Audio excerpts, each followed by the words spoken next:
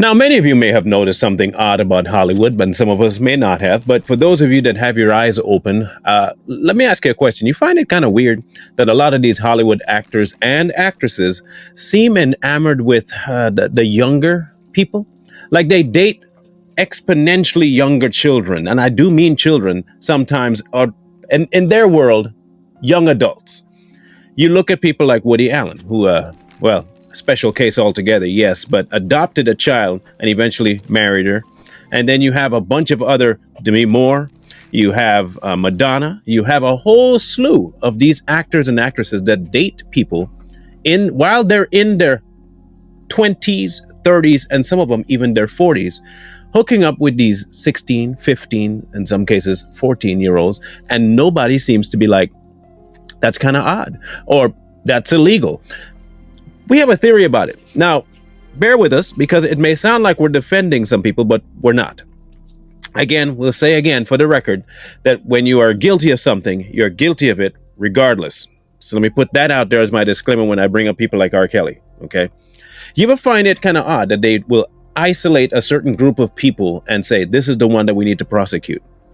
They went after MJ, they went after R. Kelly, but yet people like Kevin Spacey said stuff and he's still not in jail. And there are people that actually came forward saying that he did stuff, but he's not in jail. People like Demi Moore still out there. So what's the reasoning behind the targeting one and not the other? Well, here's our theory. We believe they target the ones that don't fully, and I mean fully want to go along with the agenda. Now, they may have initially gone on with it because, one, they have a propensity for the younger. No doubt about that. But they don't want to continue doing it somebody else's way. They want to do it their way. Still wrong. Remember, we said this, still wrong.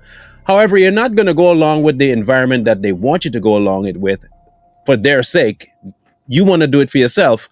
And so you disobey and you don't fully give in to the agenda, thereby making you a target. Because, one, you're not playing the game fair. You can't be a part of us and not do what we do. You have to participate in order to get what you need. You got to participate with us. Otherwise, after a while, you've outlived your usefulness and you're also not a team player. And from the moment that you're not a team player, you become a liability. You become someone that we can't trust fully because you might rat. You can go all the way back. Elvis Presley, 14-year-olds, 17-year-olds. It doesn't stop there. Buddy Holly. You can name just about every era that has to do with Hollywood, and you can find at the least 10 that have gone out with, dated, and in some cases married, prepubescent people and at least middle teens to late teens.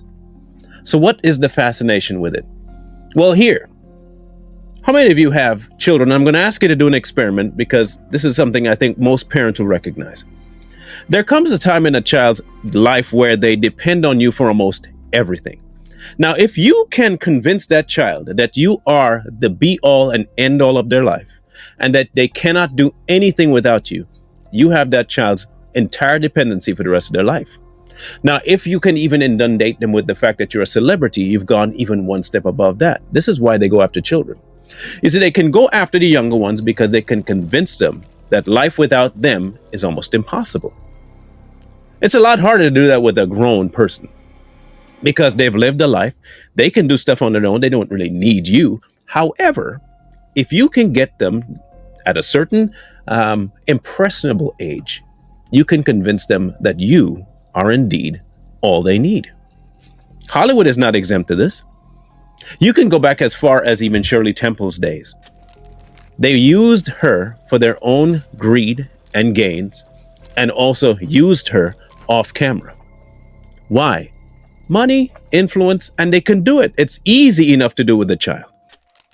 Marry me and let me be your wife. Now, I'm not even going to get on the parents who allow this nonsense. Now, I understand that you might be broke. You might need money. Okay, you're trying your best to make ends meet. But would you do that at the expense of your innocent child? The tunes just keep racking up. You look all over Hollywood and you will be hard-pressed to find one gap where children are not involved either sexually, emotionally, or financially. What other industry would get away with doing that? Can you imagine doing that in a regular workplace? Like, say, let's go back old school. Let's go to Radio Shack. Let's do Radio Shack. And Radio Shacks decide to do a promotion. And they have a scantily clad child as their promotional equipment there. And then when you walk in the store, everybody gets a child. No? You don't think that would fly? I don't think it would fly either. How about McDonald's? Well, they kind of do that already, don't they? Ain't that kind of odd too? But any other industry, any other, do you find them doing this? Where they promote the relationship between adult and child and get away with it to the tunes of billions of dollars. Y'all might say cabal, y'all might say the Illuminati. I get all those things might exist. But this is a deeper issue than just a group of people or some satanic cult. This is a heart issue. And the bigger question is, how did they get this bold, if not for us? I can speak for me. When I was younger, movies were my thing. I owned tons of movies. I would go out and buy DVDs, watch the movie in the theater, go buy the DVD, rewatch it again, make an annual result out of it, or even a monthly event out of it where I keep rewatching movies. Every night was movies for me. I used to be the guy that revered actors to the point where I wanted to be them. That used to be me. You want to know how they got so comfortable? It's because we've allowed that. We opened that door and made them what they call themselves: celebrity, icons, gods. It didn't get that way by force. We've allowed that door to stay open and swing back and forth. And we keep getting slapped in the face every time we just saying, oh, we can't do anything about it. Or you're just reading too much between the lines. They started doing this to test the waters to see what we will and would not put up with. And we put up with a lot. And so it got a lot worse. And now that we're actually seeing the damage it's done over decades, now we want to chime in and say something. I'm not saying you shouldn't. Don't get me wrong. Not saying you shouldn't say it now that your eyes are open. I'm just saying don't expect a massive swath of change to just take place because our eyes are open. Your eyes opening might be to help other people not go to where you were. But you're not going to stop that train. It's going downhill and it's picking up speed.